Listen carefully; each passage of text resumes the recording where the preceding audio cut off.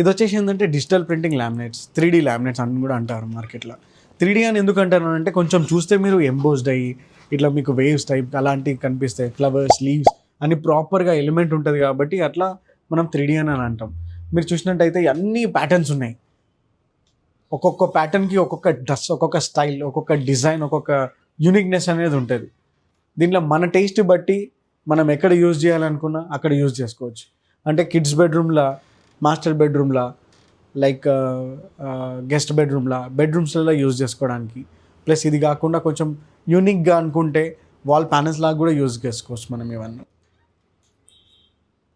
ఇది మీరు చూసినట్టయితే డిజిటల్ కొంచెం యూనిక్నెస్ ప్యాటర్న్స్ అనేది, ఆ గ్రెయిన్స్, ఆ యూనిక్నెస్, ఆ ప్యాటర్న్స్ ఫుల్ షీట్ చూస్తే కానీ మనకి ఏ డిజైన్, ఏ ప్యాటర్న్ ఎలా ఉంది మనకు తెలియదు.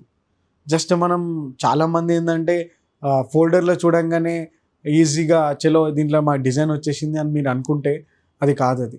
ఎందుకంటే ఇలా మనం ఫుల్లీ ఏదైతే ఫుల్ లెంత్ లామినేట్ చూస్తే తప్ప దాని డిజైన్స్ అన్నీ మనకు కనిపిస్తుంది.